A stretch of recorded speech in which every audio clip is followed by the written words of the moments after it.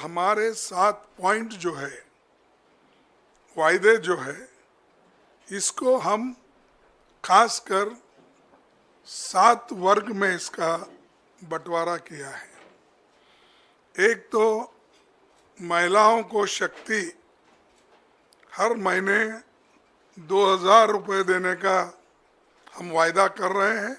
500 रुपये gas cylinder के लिए हम देंगे।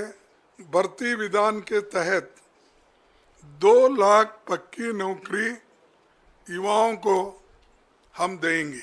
सभी महिलाओं को लाडो लक्ष्मी योजना के तहत प्रति माह 2100 रुपए का सहायता प्रदान की जाएगी। एमएसपी में 24 फसलों की एमएसपी जारी रहेगी। हम 2 लाख युवाओं को ट्रांसपेरेंट तरीके से गरीब का, गांव का बेटा रोजगार लग सके, सरकारी नौकरी देने का काम 2 लाख लोगों को देंगे। एक बहुत महत्वपूर्ण योजना अग्निवीर योजना में हरियाणा सरकार उनको सरकारी नौकरी की गारंटी देगा और उनको सरकारी नौकरी में अग्निवीर योजना में जोड़ेगा।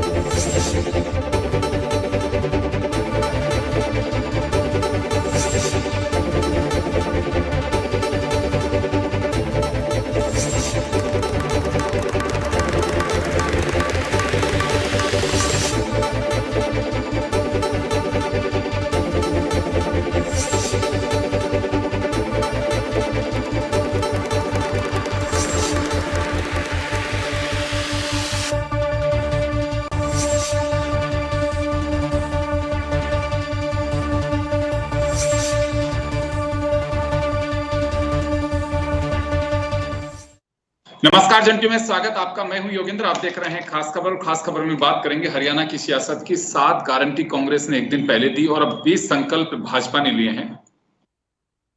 कांग्रेस का कहना है कि भाजपा ने हमारी गारंटियों की कॉपी की है, यानी कि जनता भरोसा गारंटी पे करेगा, संकल्प पे नहीं।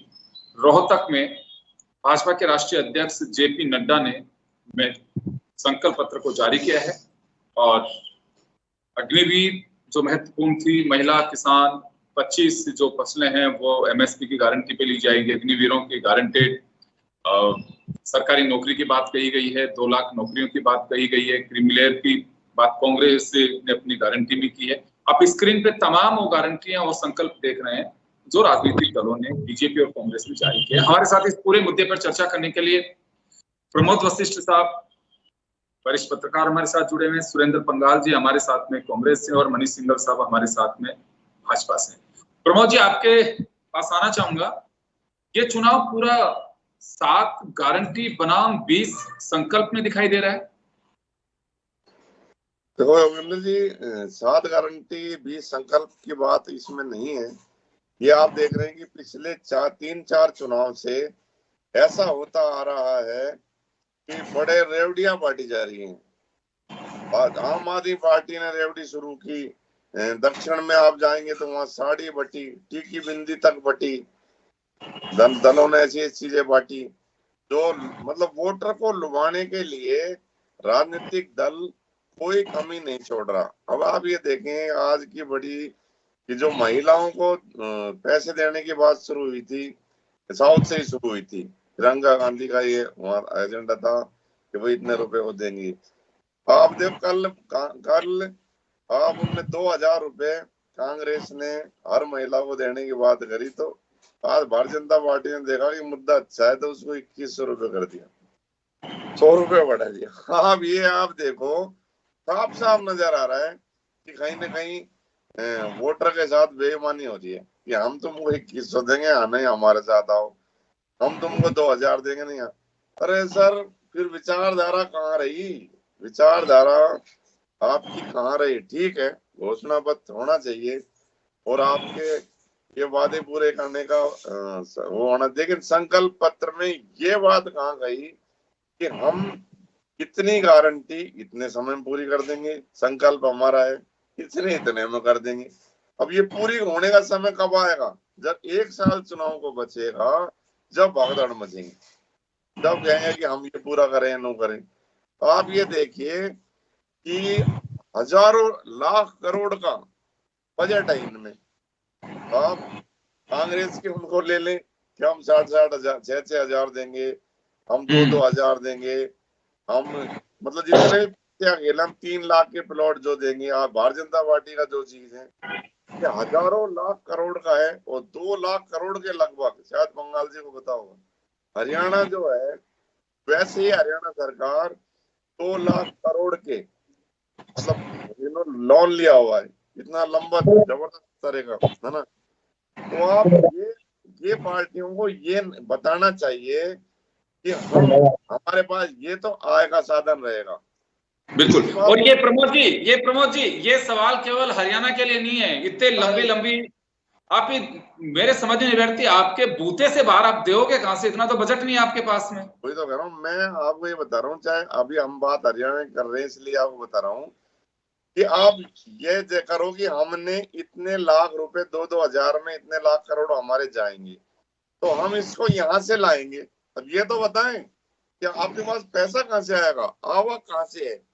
फिर 1 साल जब बचेगा, जब हरियाणा जाएगा कर्ज में जबरदस्त तरीके से, किसी का माई का लाल नहीं हो सकता। ये गारंटी है, चाहे कांग्रेस की हो चाहे भारतीय जनता पार्टी की हो, इसमें खर्चा होगा ना तो हरियाणा को कर्ज में डुबोने से किसी का माई लाल नहीं रोक सकता।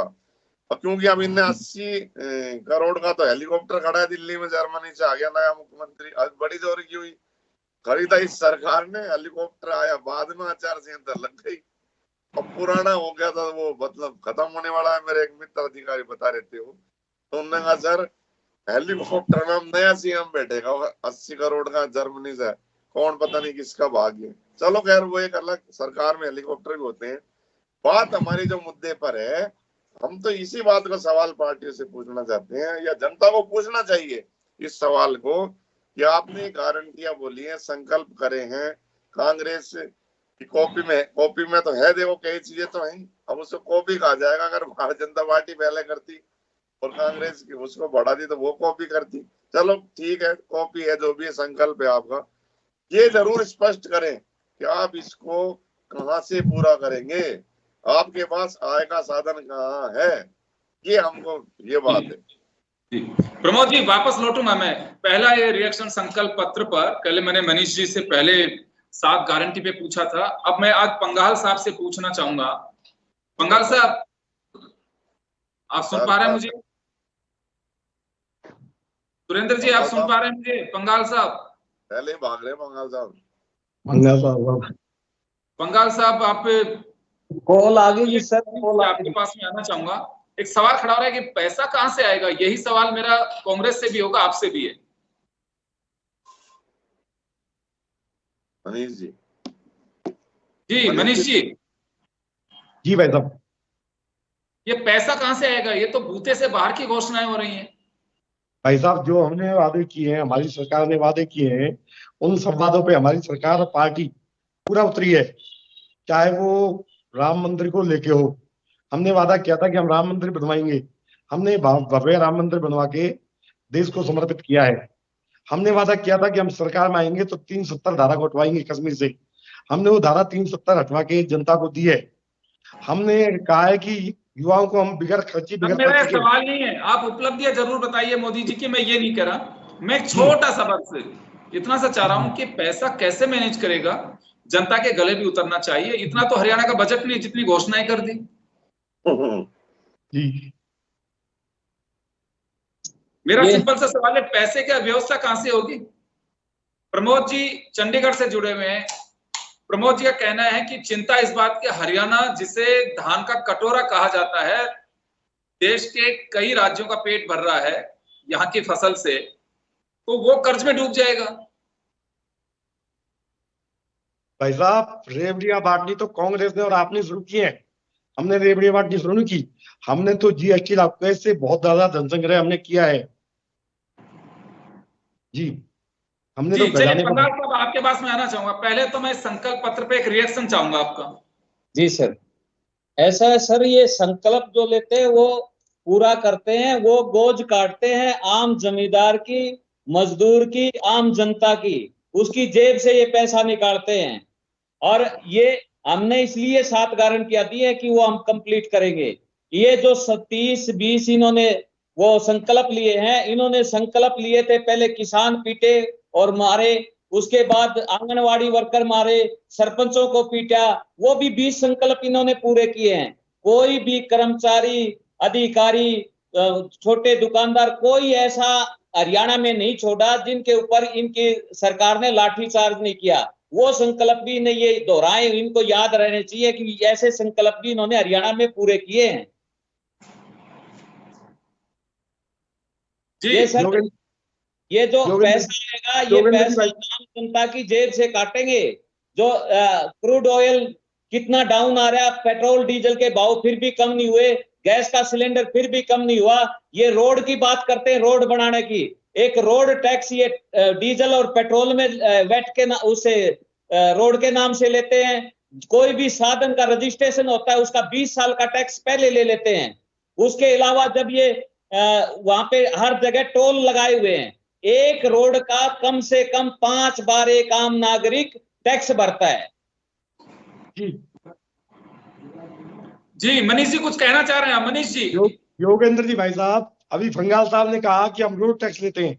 रोड टैक्स तो हमसे पहले सरकारों ने बहुत लिए हैं। आप आ जाओ रोडों पे। 2006 में कॉमनवेल्थ गेम को देखते हुए मेजबानी भारत को करनी थी। हमारे हिंदुस्तान की सरकार ने केएमपी कुंडली मानेसर हाईवे बनवाया, जिसको 2006 में शिलान्यास किया सरकार ने, कांग्रेस सरकार थी उस समय, और 2010 में पूरा कराना था। लेकिन वो निर्माण कार्य 2014 तक भी पूरा नहीं हुआ, भ्रष्टाचार की भेंट चढ़ गया। उसके बाद 2016 में हमारी भारतीय जनता पार्टी की सरकार ने आती उस केएमपी को चालू कराया। माननीय नरेंद्र मोदी जी ने, गडकरी जी ने उसको जनता को समर्पित कराया। उसकी लेंथ मात्र 136 किलोमीटर थी। उसके बाद 2019 में हमने देश का सबसे लंबा हाईवे राजमार्ग देश को दिया। 2019 में निर्माण कार्य शुरू हुआ। वडोदरा मुंबई एक्सप्रेस वे जो हमारे मेवात से होकर रहता है, उसकी दूरी 1400 किलोमीटर थी, जिसको हमने 5 साल में जनता को बना के समर्पित किया। इन लोगों पे 36 किलोमीटर का हाईवे बना के जनता को नहीं दिया गया, भ्रष्टाचार की भेंट चढ़ा गया। हमारी सरकार जो कहती है वो करती है। बंगाल साहब कह रहे हैं वादे नहीं करते, वादे पूरे करते। हिमाचल सरकार, हिमाचल प्रदेश में कांग्रेस ने भी कहा था कि हम 1500 रुपए हर महिला को पेंशन देंगे, किसी महिला को कोई पेंशन नहीं मिली। 300 यूनिट बिजली फ्री देंगे, लेकिन 300 यूनिट बिजली फ्री मिलने के बजाय वहां के लोगों को पैसे से बिजली नहीं मिल पा रही है। हिमाचल में इन्होंने कहा पुरानी पेंशन योजना लागू करेंगे, वहां के कर्मचारियों को पेंशन नहीं मिल पा रही मैं है। एक बात जानना चाह रहा हूँ मनीष जी, देखिए बड़ी लाइबिलिटी आपकी है अभी हरियाणा के अंदर, और होना और प्राप्त करना बड़ी चुनौती आपके सामने। आप हैट्रिक लगा पाते हैं कि आपके हाथ से ये कटोरा छीन के कांग्रेस चली जाती है? तो कांग्रेस अगर सरकार में नहीं भी आती है तो कह दे कि देखो हमने कोशिश की, पहले से ये लोग थे, और जो भी वो तो 8 तारीख को हम बात करेंगे। लेकिन आपकी अगर सरकार चली जाती है तो आपके लिए बड़ी मुश्किल होगी कि हरियाणा का बड़ा संपन्न राज्य आपके हाथ से जा रहा है। अगर ऐसी स्थिति बनी तो मैं ये कह रहा हूँ, इसको लगा रहा हूं मैं पहले से ही, और 8 तारीख को हम इस पे बात करेंगे। लेकिन हरियाणा की जनता, मेरे को सौभाग्य मिला एक चैनल से हरियाणा के इलेक्शन को कवर करने के लिए। वहां उधार नहीं रखते हैं लोग, सामने पूछते हैं, और ये पूछते हैं कि पूरा हिसाब वहीं बराबर करते हैं। गाड़ी में नेताजी बैठे हैं उससे पहले अगर ये आपके नेताजी को कहे कि हिमाचल में ये किया या राजस्थान में ये हो रहा है, योगी जी ने यूपी में ये किया, तो आप पूछते हैं कि हरियाणा में क्या किया, आप तो उसका हिसाब दो। प्रमोद जी गलत कह रहा हूं मैं? बिल्कुल सच्चाई, बिल्कुल सही कह रहे हैं सर आप। ये जब इनसे हरियाणा का सवाल पूछा जाए तो हिमाचल चले जाते हैं, ये यूपी में चले जाते हैं, हरियाणा के सवाल पे नहीं आएंगे, ये सेंटर की बात करने लग जाते हैं। जो सवाल होगा उसका आंसर नहीं देते कभी भी। मनीष जी दे रहे हैं ना, अब देंगे, वो तो मैंने बता दिया उनको। वो बाहर की बात है। अब जब हरियाणा की बात चल रही है, ये सेंटर का गिना, राम मंदिर का मुद्दा उठा के खड़े हो जाते हैं। अरे राम मंदिर आप ये बताइए ना, यूनिवर्सिटियां कितनी बनाई, मेडिकल कॉलेज कितने बनाए, थर्मल प्लांट कितने लगाए, ये बताइए ना हरियाणा में क्या किया आपने, कोई एक तो गिनाइए। योगेंद्र जी, मैं हरियाणा की बात करने जा रहा हूँ। बंगाल साहब कह रहे कि हरियाणा की बात नहीं करते। मेवात एक जिला है जिसको अभी भारत सरकार ने एक सर्वे कराया है। मेवात जो अब तक ज्यादातर मेवात हरियाणा में कांग्रेस सरकार रही है, तीनों विधायक ज्यादातर बार कांग्रेस के रहे हैं मेवात से। मेवात को सबसे 10 जिले जो सबसे पिछड़े, उनमें शुमार किया कांग्रेस ने। और जब भी कांग्रेस की सरकार थी 2014 से पहले, कोई अधिकारी इनके उल्टे सीधे काम नहीं करता था। उस अधिकारी को ये बोलते थे हम तुम्हें मेवात भेज देंगे, नू भेज देंगे। मेवात को इन्होंने काले पानी के रूप में दर्शाया, मेवात को इन्होंने पाकिस्तान के रूप में दर्शाया। मेवात के साथ छल कपट किया। छल कपट कैसे किया? जब भी कोई बात है धर्म जाति के नाम पे मेवात को इन्होंने बांटा, कभी मेवातियों को इन्होंने सहयोग नहीं किया। हमारी सरकार ने आती सबसे पहले 16 राजा हसनगंज मेवाती का शहीदी दिवस है, 16 मार्च को उसको विशेष दिन का दर्जा दिया।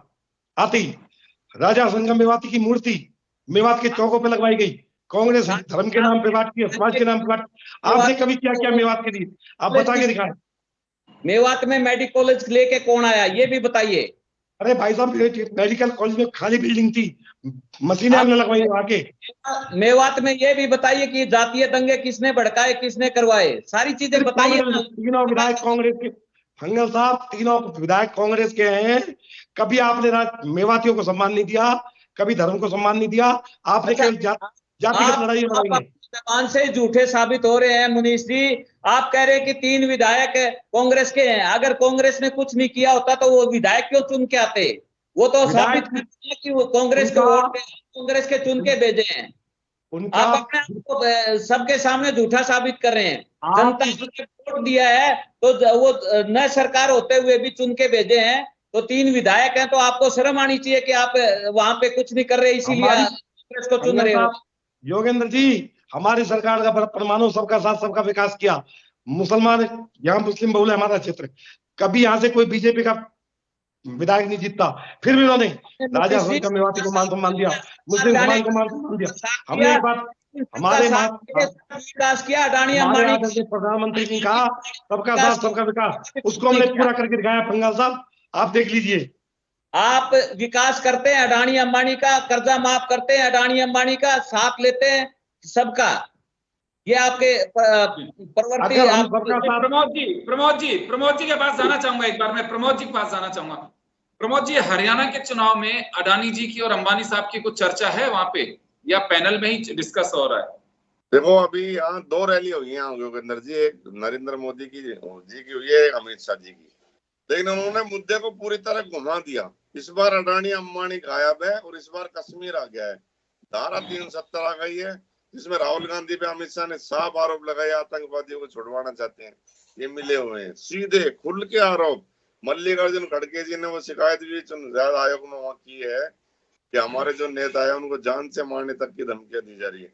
तो मुद्दा इस बार यहाँ घूम गया। इस बार अडानी अंबानी यहाँ नहीं आ रहे, बिल्कुल भी गायब हुए पड़े हैं। अभी जैसे पंगाल साहब ने इन्हें याद दिला दी पूरी, हो सकता है अब चालू हो जाए, लेकिन अभी तो सिर्फ यहाँ जो मुख्य मुद्दे हैं उनमें एक तो किसानों की एमएसपी का मुद्दा चला हुआ है, एक यहाँ की पेंशन का है, एक यहाँ मुद्दा चला है धारा 370 का और चला। और तो एक बड़ी चीज यहाँ जो चला ये नरेंद्र मोदी जी, राहुल गांधी ने जो विदेश में बयान दिया था कि आरक्षण खत्म करने का कोई ऐसे इस तरह से जो बयान जो भी दिया, तो उन्होंने ये चलाया कि मैं खत्म नहीं होने दूंगा आरक्षण। राहुल गांधी आरक्षण आपका खत्म करना चाहते हैं। जो यूपी में चलाया पिछली बार कांग्रेस ने, वो यहाँ भारतीय जनता पार्टी ने चला दिया जी आरक्षण का। तो ये मुद्दे यहाँ मुख्य रूप से चल रहे हैं। तो मैं आपको जो इसकी बात बताऊं, जो अपन ये संकल्प पत्र घोषणा पत्र जो आ रहे थे, मेरे एक चीज और ध्यान में आई कि बड़े नेता है, जो भी नेता सब बना देते हैं घोषणा पत्र, उनको ये है कि यार बना दो, पता नहीं अगली बार इस पार्टी में रह नहीं रहे। क्योंकि यहाँ तो इस तरह की हरियाणा में भगदड़ मची हुई है जी, चुनाव आते ही तो जबरदस्त, मतलब ये समझो कि मतलब कम से कम मेरे हिसाब से बंगाल साहब 150 लीडर चले गए होंगे इधर उधर, बड़े अच्छे बड़े, है ना। कोई बीजेपी में चलेगा, कोई कांग्रेस में ज्यादा नहीं है, कांग्रेस के। और ये मनीष जी के क्षेत्र के तो एक वो माननीय सुभाष चौधरी जी अच्छे लीडर थे, उनको नमन करता हूँ। वो रहे नहीं, उनको ब्रेन है मेरा जो टिकट मांगा था, फिर नहीं तब जाने किस तरह से हुआ क्या हुआ। तो ज्यादातर जो लीडर है सर, यहाँ दल बदल का बहुत जबरदस्त खेल चला है। तो अडानी अंबानी हो सकता है अगली रैलियों में याद आ जाए, अभी तो याद नहीं है। फिलहाल तो अपनों पे ही फोकस है वहां पे। लेकिन मैं एक बात तो कहना चाहूंगा, एक प्रमोद जी, अग्निवीर को लेकर के कांग्रेस ने एक बड़ा वो बनाया हुआ था, और अग्निवीर यहाँ का एक चुनावी मुद्दा भी था। लेकिन बीजेपी ने कहा है अपने संकल्प पत्र में कि अग्निवीरों को गारंटेड सरकारी नौकरी का दावा किया है। हाँ, ये क्या कांग्रेस ने मुद्दा उठा तो जी। दरअसल क्या है, कांग्रेस ने मुद्दा उठा रखा था जी हाँ, कि अग्निवीर को लेकर बड़ा भारतीय जनता पार्टी ने युवाओं के साथ बड़ा अन्याय किया है। तो बीजेपी ने एक रास्ता निकाला, यहाँ उन्होंने ये कर दिया कि अग्निवीर है उसको नौकरी देने का वो वादा उन्होंने, ये मतलब ये क्या है कि घोषणा तो पहले ही हो चुकी, लेकिन अभी संकल्प पत्र में भी इनको इसमें कर दिया गया है। लेकिन ये भी एक मुद्दा बना हुआ है कि इसमें किस तरह से क्या होगा, अग्निवीर होगा तो अग्निवीर का हो गया, किसानों का हो गया। तो ये मुद्दे तो अभी ज्वलंत रूप से पूरी तरह से हैं ही। लेकिन मल्लिकार्जुन खड़गे जी ने जो लेटर दिया है कि हमारे नेता को जान से मारने की धमकी, हमारे नेता से ये, अमित शाह ने तो सर यहाँ बहल में, लोहारू के बहल में एक रैली हुई, वो खुला राहुल गांधी का खुला चैलेंज दिया। और यहाँ जो हरियाणा में एक बड़ी चीज जो चलती है नौकरी की, वो पुराना जो मुद्दा है उसको तो चला ही रहे कि भारतीय जनता पार्टी की बिना खर्ची बिना पर्ची नौकरी नहीं मिलती। वही खर्ची का मतलब नोट पैसे दो, पर्ची लिख दी जाती है कि भाई ये मेरा बेटा है, देख लेना, छोटी सी जेब में रख देते थे। अब तो पता नहीं पर्ची ये क्या है, चलती थी कि नहीं चलती थी। ये तो पूरा खर्चा चलता है जी, पूरा बोरी की बोरी चलती है और वो मिलती है इनके ऑफिसों में। और मैं नेताओं के बारे में जो आप दल बदल की बात कर रहे हैं, आदरणीय रामविलास शर्मा जी ने ये पौधा रूपी बीजेपी का पौधा बड़ा किया, वटवृक्ष बनाया हरियाणा में, खून से उन्होंने सींचा इस पौधे को। आज उनका इतना बुरा दुर्गति, इतनी इंसल्ट की है बीजेपी ने, आप वो रोए हैं आपके सबके सामने, और उन्होंने निर्दलीय फार्म भरा रो के। ये कमाल की बात है। देखियो, जिस व्यक्ति ने वृक्ष बनाया, टिकट नहीं मिला तो योगेंद्र जी भाई साहब, मैं बताना जी। चाहूंगा, भंगाल साहब कह रहे हैं कि शर्मा जी की हमारे संगठन में, पार्टी में कोई दुर्गति नहीं होती, सबको पद दायित्व परिवर्तन होता रहता है। पहले उनको दायित्व मिला चुनाव लड़ना है, उन्होंने चुनाव लड़ा, उनको लगा आगे बढ़ाना है पार्टी को, उनके लिए अच्छा सोचा होगा, पार्टी को बुरा नहीं सोचेगी। चुनाव सरकार बनने के बाद रामविलास जी भी जहां चाहे वहां एडजस्ट करेंगे, वो तो आपको सोचना, रोना जीतना तो आपको है, जिनकी वापसी की कोई चांस ही नहीं है। हम तो 70% तीसरी बार सत्ता में वापसी कर रहे हैं भंगाल साहब। गवर्नर तीन दिन पहले वो ज्वाइन करा रहे हैं बीजेपी में एक बीजेपी के नेता को, और कमाल की बात है कि 3 दिन बाद उन्हीं की टिकट काट दी जाती है और वो रो के फार्म भर के आते हैं। आपके एमपी चौधरी धर्मवीर सिंह और राव इंद्रजीत जी उनके फार्म नामांकन पे पहुंचते हैं, पार्टी टिकट काट की बात है। इन बातों कहने से हंसी के पात्र, इन बातों कहने से कोई मतलब नहीं होगा। सोना के माननीय दीपेंद्र जी हुड्डा पूर्व मुख्यमंत्री उनके मित्र हैं। माफी चाहूंगा। खैर चले, 2 राज्यों में विधानसभा चुनाव, जम्मू कश्मीर और हरियाणा। जम्मू का अपना एक अलग जलवा है, लेकिन हरियाणा का 90 सीट बेशक, लेकिन यहाँ की चुनावी जो रंगत है वो अलग ही होती है। एनसीआर का एरिया है काफी, लेकिन हरियाणा का जो चुनाव है वो देखने योग्य होता है। यहाँ की भाषण, यहाँ की शैलियां, यहाँ रागनियां जो चलती हैं वो वाकई सिर चढ़ करके बोलती हैं। मुद्दे दोनों पार्टियों के मैनिफेस्टो जारी हो चुके हैं, पार्टियां और भी हैं जो भाग्य आजमा रही, लेकिन मुख्य मुकाबले की जो बात कही जा रही है वो बीजेपी और कांग्रेस के बीच सीधा बताया जा रहा है। कुछ सीटों को छोड़ दिया जाए तो चुनाव काफी रोचक है।